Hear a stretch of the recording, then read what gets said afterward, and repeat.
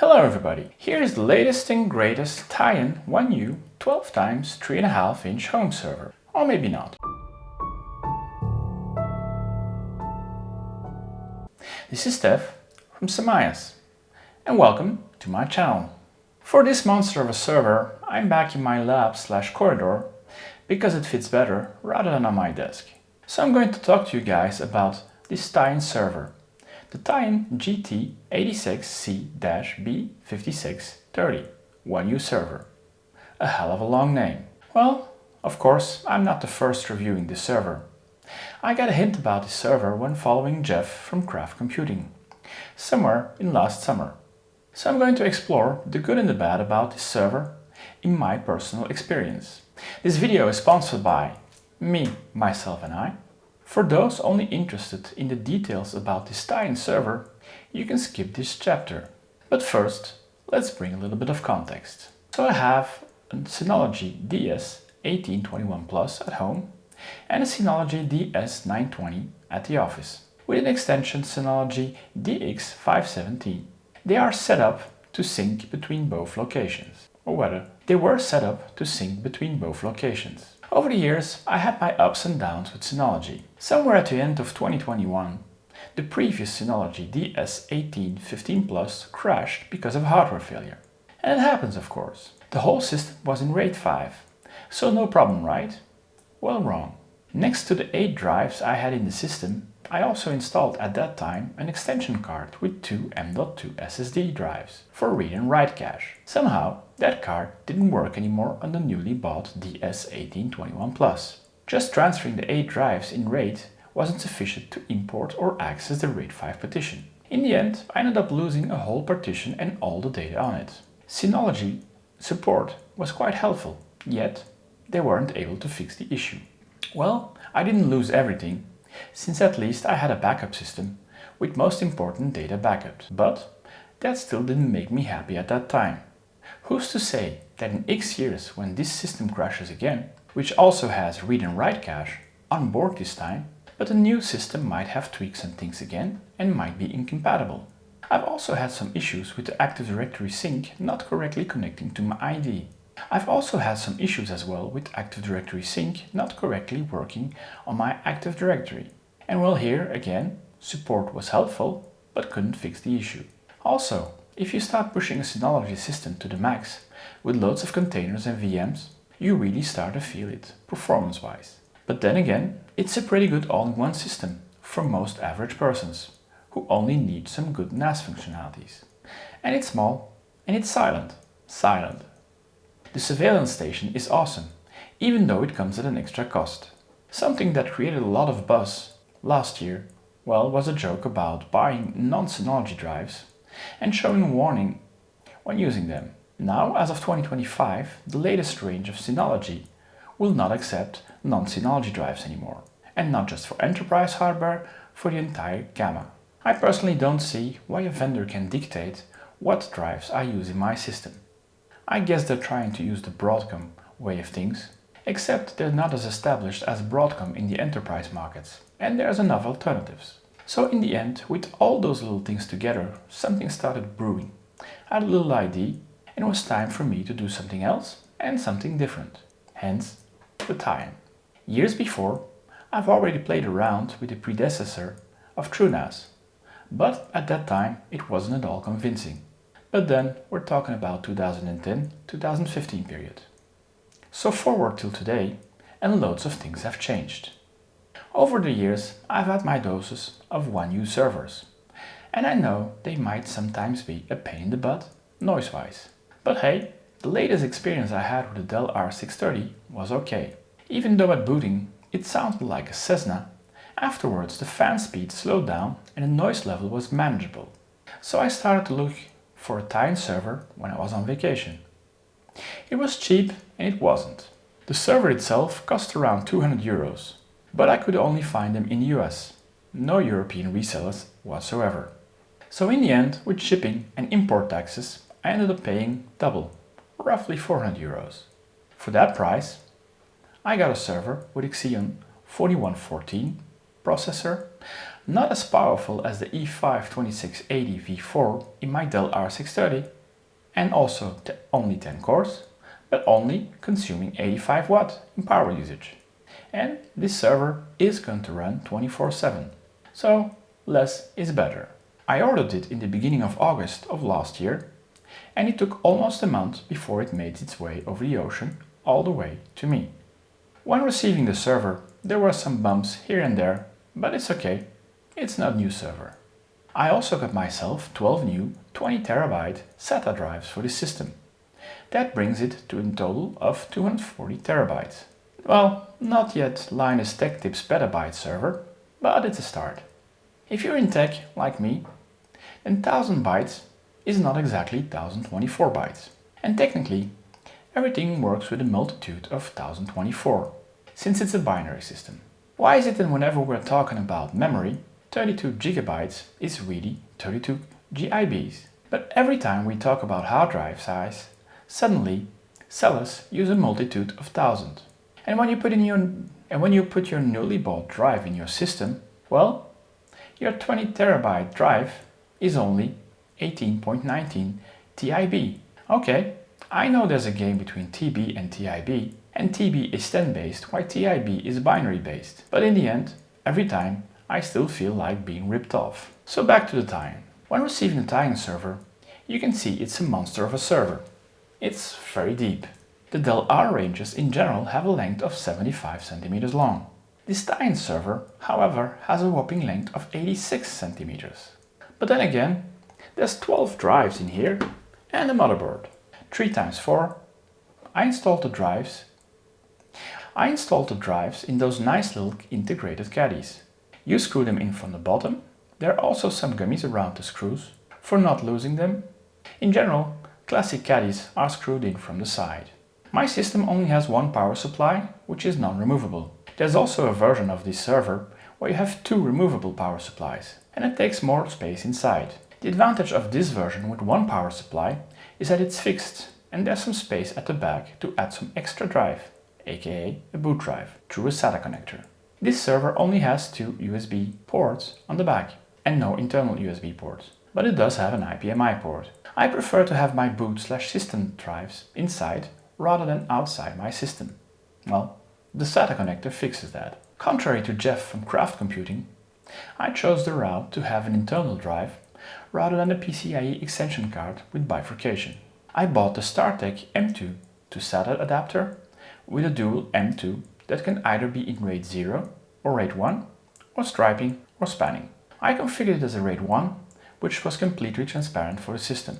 RAID 0 would also have been transparent, but if you lose one disk, you lose them all. I haven't tried the other combinations of spanning or striping. I'm not sure they would have worked, but I don't know. So I've added 2 M.2 512 GB drives. I didn't go for the PCIe extension card, because at that time I was thinking of adding an NVIDIA Tesla P4 for image processing. I also got my hand through eBay on a long network card which support dual SFP+, and I replaced the current LOM with a new one. The installation of TrueNAS went like a charm through the use of the IPMI, and I'll do another video on that. So now I could start playing around with my TYAN server in TrueNAS. After about a day of playing around and configuring it, I was ready to start transferring all my files from my Synology, and so I did. Even at 10G speeds between both systems, that took a while. But something that really bothered me was the noise this server was generating. Compared to my Dell R630, which at boot time was like a small Cessna, well, this was like a 747 at takeoff, and not just at boot time, but all the time. So even though this server was in my basement behind a door, I could clearly hear it, and it started to frustrate me a lot. Somehow I haven't found any settings that affects the fan speed at all. But hey, I'm a tweaker, and I told myself, well, let's fix it another way. I ordered a bunch of Noctua fans, which in general are quite good for noise reduction and isolation. I used them in the past on other systems and they worked quite well. This server contains 6 fans, and so I bought 6 Noctua fans as replacement. At first it was a big success. The noise level reduction was significant. I was happy for about a day. And then the crashes started happening. So after checking out what the issue was, The server, even under normal load, was crashing because the CPU wasn't cooled enough. So that, for me, was checkmate. I could either live with the noise or I could kick this server out altogether. After sleeping on it for a couple of nights, I chose to kick out the server. By that time, I had already bought a Dell R730 LFF for my office to play around with my little Costal over there. And so I knew that the noise the R730 was generating was well within acceptable levels. Space-wise, having a 1U12 drive system or a 2U12 drive system wasn't an issue. So I went back to eBay and found myself a Dell R730 to replace this TYAN server. Something that was amazing on TrueNAS part was that even though I reinstalled the system from scratch to be sure that all drivers were correctly installed on the Dell R730, afterwards when putting in the 12 drives, I just picked up the configuration and I didn't have to start over copying everything from my Synology. So don't get me wrong, this TYAN server is still a great 1U server, but it's built for database center environment. And the noise it made at home was just too much for me. So I thought to myself, well, I bought it on eBay. I can easily resell it on eBay. I'm sure there will be somebody in Europe interested in this server. But then loads of other things interfered and I didn't really sell it. So by the end of November of 2024, I sort of changed my mind. On one side, the bumpy road that TrueNAS is taking with every new release, having quite a few of breaking changes. On the other side, this channel kicking off. So in the end, I decided to keep this server as a staging environment for a new TrueNAS version or another NAS evaluation, without having it to interfere in my quote-unquote production environment. But then, well, I have a server, but I don't have any disks anymore. So I need to get some new disks. Well, since this was a playground server, I was definitely not gonna buy 12 new 20 terabyte disks for it. On eBay, I found a bidding for used hard drives and I bought roughly 2500 GB Seagate hard drives for 160 euros. This allows me to play around with it without needing the size. And even if one breaks down, well, that isn't so bad. I've got some other toys as well to test, which I'll talk about in some later videos. And so for that, I bought myself a raised 90 degrees expansion card and a PERC H830. I'm sure some of you will already imagine what a PERC like that might be used for. So let's recap it. I bought this TYAN server for 400 euros. I bought a network LOM for 50 euros. I bought 6 Noctua fans for 14 euros. I bought 20 500 GB hard drives for 160 euros. I bought a Razer card for 12 euros. And I bought a PERC H30 for 60 euros. And I still had an old SSD laying around, which I'm going to use as a boot drive. So this was a failed experiment, but it learned me a valuable lesson. I'm not including the 20 terabyte hard drives, nor the StarTech, since in the end, that ends up in my Dell R730. Another video on that will follow.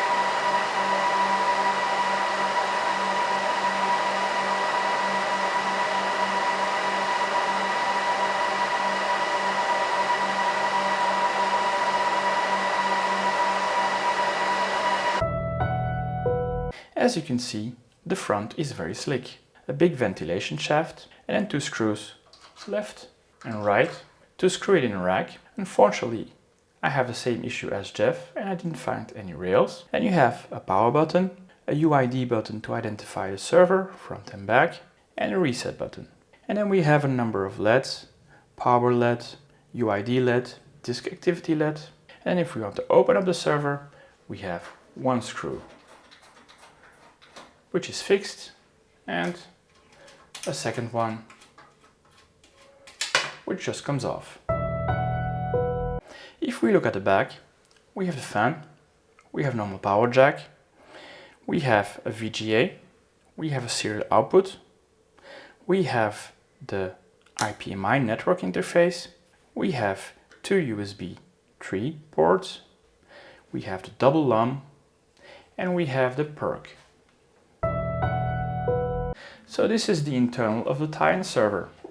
As you can see, we have 12 disks, 3 rows of 4. Each of those disks is connected by a cable of 4 directly to the motherboard, 1, 2, and 3. Removing a disk is quite easy. You just pull and it comes out like that. If you look, the screws are at the back and we have a nice little blue rubber. Putting it back in, you put it down and you just push it back. Each of those 3 rows has individual power. Then we have our 6 fans, 1, 2, 3, 4, 5, 6. Removing them are quite easy. You just need to remove individually here. Then there's some connection pieces here. And there's still some power connectors here. And so they're just holding with some gummy, probably as well to level the noise, but it still makes a lot of noise. We have 12 DIMM slots. My system came with 64 GB of RAM. If I would have used it, I would have probably upgraded it, but since the initial noise levels were an issue, in the end I ended up not doing it. Then we have a classical motherboard directly with the power supply connecting on it. Here we have the fixed power supply, and here I put my internal SATA connection, which is a nice little cable, and I put my internal SSD drive, which is still a SATA drive. Removing that SSD drive is just fixed like this. You pull this little bit back and you can remove it. You put it in a disk, you put it forward and it's stuck. Then underneath here we have a CPU, and here we have the LUM, just 2 screws. You first take out the fan, then you unscrew it, it clicks out, you rescrew the new in, and that's it. And then here I've installed a 90 degrees Razer card, and this is a PERC H30. And then here we have the outputs, the USB ports, the VGA and the serial. And as you can see, there's no USB connection inside. And underneath here we'll just have some cable management hiding everything. And that's the internal of the TYAN server. This is still a very fine server. Even though it's not for me, for 24/7 operations. If you guys can handle the noise it generates, then go for it. If you guys are not shy on space, then a 2U alternative might be better suited. If you guys enjoy this content, give it a thumbs up, subscribe to this channel and hit the bell sign. Or leave a comment down below.